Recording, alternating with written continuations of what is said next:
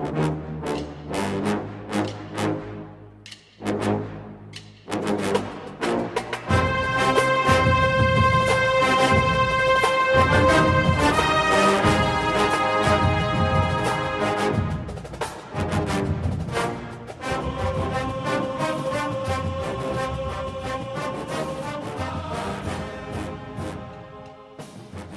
morning, Bucknutters. Welcome to the Bucknuts Morning Five here on Monday, September 9th, 2019. I am Dave Biddle.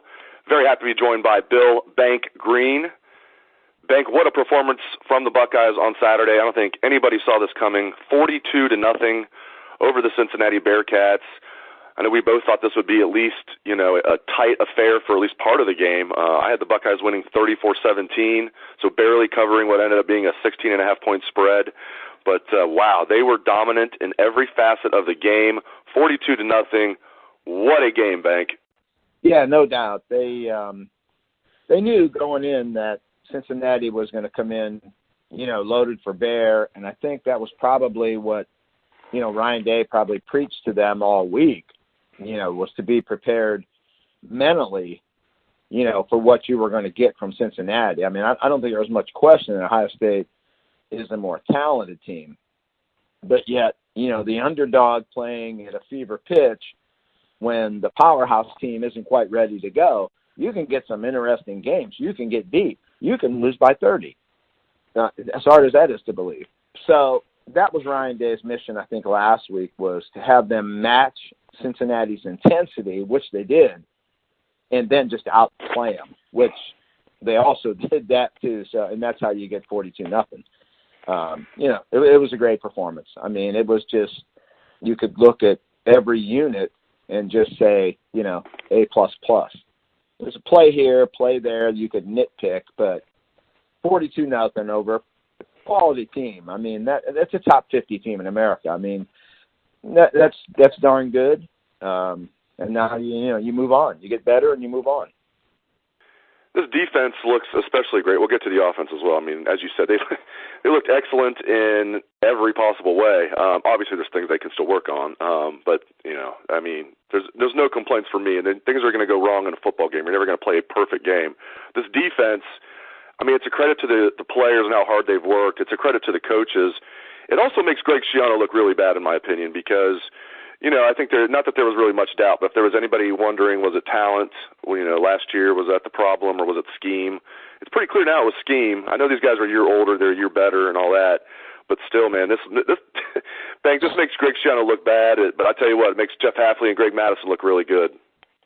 Yeah, it was a big week. To get a shutout in college football today is pretty rare. So, yeah, and like I say, there were some issues week one. You got outscored over the last three quarters by FAU. So it wasn't like you threw a perfect 10 week one. So there were things that needed fixed, needed worked on and that goes on all through the season. So obviously, this team was loaded, against Cincinnati offensively and defensively. And like I say, you get a shutout by today's standards. I don't care if it's, if it's Alabama playing a MAC school. Alabama did not shut out New Mexico State last week. Shutouts are hard, and that's something to be proud of. Justin Fields, my goodness, I thought he'd be good, but he is certainly further along than I expected at this point. I'm sure there's still going to be ups and downs with him, but my gosh, he looks good. He's way further along than I thought he would be. I knew there would be like the wow plays, and I knew there would be some flash and a lot of sizzle with him. What I didn't know is that his football IQ would be as high as it is. He didn't have that many starts in high school. He wasn't a 4-year starter in high school. Didn't start last year at all. Now he's in a new system, and he's under a lot of pressure. People may not realize it, but he knows, where he's at, and he knows what's expected of him. So the speed and all that stuff, I knew he had all that stuff, but it's being able to make throws while taking a hit. It's being able to throw a laser from the left hash to the right sideline. It's been the accuracy. I mean, darn near every ball hits these guys in the chest. They're not reaching down for him. They're not leaping high for him. They're not behind him. I mean, the technical aspect of playing the quarterback position, he's really been as good as Haskins was at that stuff. So like I said, and then you add in the speed and the running ability, and so far so good. Now, beating FAU and beating Cincinnati, this is not like going on the road in the Big Ten and having to pull a game out in the fourth quarter, like Haskins did last year at Penn State, like Haskins had to do at Maryland. That's when you judge a quarterback. When, man, you're up against it. How do you handle, pressure of when you're about to lose a game and that loss is going to knock you out for the season? That's how you judge a quarterback. So far, I mean, I would give Justin an A+. Where are you at? Excuse me. Where are you at with the running backs? Are you happy that it looks like a 1-2 punch is emerging with Dobbins and Teague? Do you feel like Teague needs to play more? Just what are your thoughts? What are your takeaways on the running backs? Well, nobody will probably admit it, but I think J.K. Dobbins had a little fire lit under his butt after the FAU game, and whether it was just going back and look at tape or whether it was Tony Alford sitting him down saying, we got this young guy behind you that's kind of, charging, and you better make a statement, pal, or you're going to lose carries. So I don't know if that happened. Maybe J.K. reads Bucknuts, the forum. But anyway, he was a different player last week. He had a little pea and vinegar to his step, and that's how he has to play. Week one, he left a ton of yards on the field. He looked slow, and you can't leave yards in the field, and you can't be slow because the guy behind you looks like he's a player. So, yeah, I think J.K. was motivated last week, and he better stay motivated too because Teague looks like a player to me. I know you like talking about the O-line. I like talking about the O-line. I think my first question for Ryan Day to kick off Big Ten Media Days was, who's going to be your starting right tackle? And, of course, he wasn't telling us at the time. It was going to be a good battle between Brandon Bone and Nicholas Petit-Ferrer, and it ended up being a good battle. What are your thoughts? I think you said earlier, A++ across the board for every unit. What did you see from the O-line in particular this game? No, they just dominated. And when I wrote my game preview, I was really concerned about the Cincinnati front. Last year, their three front guys were, they were all excellent. They all ended up in NFL training camps. Well, now you got three inexperienced guys stepping in there, and Ohio State just mashed those guys. I mean, it was no contest. It was men against boys, and the men won.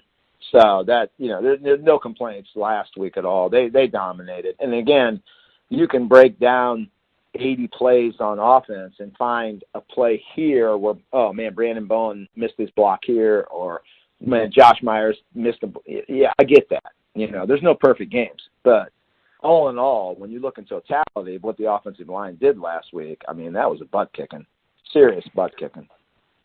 This 2017 recruiting class, we already knew it was great, but now guys that maybe, where we thought, oh, man, this guy, if just the light could come on for this guy, that class would be, really special. Well, it's happening. Baron Browning looks great. We knew Chase Young was going to be a top 10 pick. Now he looks like he could be the top overall pick of the draft if quarterbacks some quarterback didn't always get taken number one. But Chase Young looks so good. Baron Browning, I love the way he looks. Jeffrey Okudah, no surprise there with Okudah. I thought, he was the best player other than Dwayne Haskins on the field in the Rose Bowl. He's carried that over. And another guy who played a lot more this week, Baron Browning played more snaps than Tuff Borland, which was interesting. Shaun Wade played a lot of snaps this week I didn't think he played enough in the opener. I think really Wade should have more snaps than Arnett. Even in this game, Arnett had more snaps than Wade, but it was really close. But Shaun Wade played great. Just your thoughts on some of those guys from that 2017 class on defense. Yeah, I think Shaun Wade is their most versatile DB. And I think, I know people think, well, he should be starting a corner over Arnett. And I get it. I see where they're coming from. But I think in this scheme, I think they like Arnett and Okudah on the corners. And then Wade is like a Swiss Army knife that he can play safety. He can take on the slot guy. You can move him all around that defense. And it's hard to find a DB that you can do that with. So I think they like having him as sort of that wild card back there. The interesting thing of this whole defense to me has been that it's pretty clear that Brendan White is not in the plans. And it's surprising to me, but yet, hey, proof's in the pudding. And, you can bench Chase Young if it makes you better, and no one would care. But I really thought Brendan White was going to be a key guy this year, playing that bullet, maybe too high safety, or he doesn't play at all.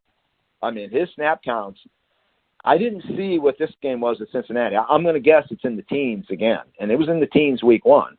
He's not getting 45 snaps. So that has been the big surprise to me. I really thought he would have to be on the field, in place of one of those linebackers, and they would go 2 linebackers, but they're going with, that 3 linebacker set. So Brendan White's the odd man out, and that is really surprising to me. But, hey, they're playing well, and that's all that matters. Last thing, just an update on the recruiting front. It seems like it's been kind of quiet lately. Maybe it hasn't been, and maybe I just haven't been paying attention. But just what's maybe something the listeners need to know about recruiting right now? It has been quiet. I mean, and that happens, the dead period starts in August, and 2-a-days start then, so the kids are worried about their season. The colleges are worried about their season. And now, it's starting to ramp back up. I mean, the key for me is, this running back position. Yes, they need another D lineman, possibly 2. They need a pass rusher. They need another pure cornerback. They need a quarterback. They're going to need another QB, I believe. And if that ticks off Jack Miller, then that's just life in the big city. But more importantly, they got to get this running back situation. And I think the Bradford kid is scheduled an official visit. So he's one to watch for me. The Bradford kid, I think, is an interesting guy. I think they really like him, and the official visit's set. And, going back, if you look at Urban Meyer's success rate with getting kids to take official visits, it was unbelievable. And, they kind of started that last spring doing the same thing. So the Bradford kid at running back is one I would watch real close. And then I think they're going to need a second running back too. But, you got to get one before you can get 2. So, recruiting, it is ramping back up. I mean, there's no doubt about it. And for me right now, the official visits are the key. I don't care who they offer a kid in Georgia. That offer means nothing. The offers are toilet paper. It's official visits at this point. The official visit shows the kid's serious about you, and it shows that you're serious about him. So that's all really people need to watch going forward. So, but recruiting is definitely ramped back up. Great insights, as always, from Bill Bank Greene. Thank you very much, Bank, and thanks to our listeners out there for tuning into the show. I appreciate it. Hope everyone has a great day. Let's hear that Buckeye swag, best damn band in the land.